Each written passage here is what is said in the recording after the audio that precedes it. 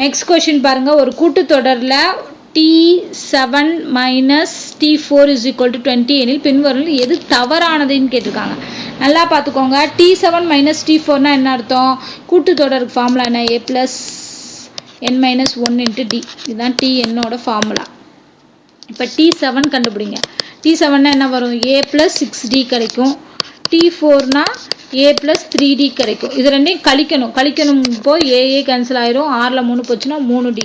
3D is equal to 20னா D யோட value 20 divided by 3 நம்ம calculate பண்ணியிருக்கோம் உங்கள் கொடுத்ததை வச்சு. இப்போ இதை வச்சு கீழே இருக்க ஒரு இதில் எது தவறானதுன்னு கேட்டிருக்காங்க. ஃபஸ்ட்டு முதல் உறுப்பை தீர்மானிக்க இயலாது. கரெக்டு.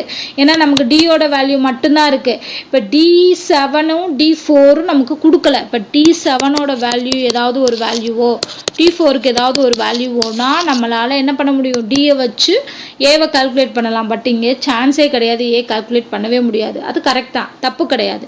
அடுத்து 10வது உறுப்பிற்கும் முதல் உறுப்பிற்கும் உள்ள வித்தியாசம் 60ன்னு சொல்லியிருக்காங்க. 10வது உறுப்புனா என்ன? A plus 9D.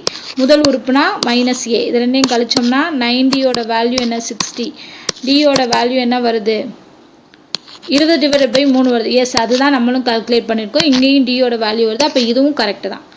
அடுத்து பாருங்க, 12வது உறுப்பிற்கும் 20வது உறுப்பிற்குமான கூட்டு சராசரி. அப்போ கூட்டு சராசரினா என்ன? ஆவரேஜ் எடுக்கணும்.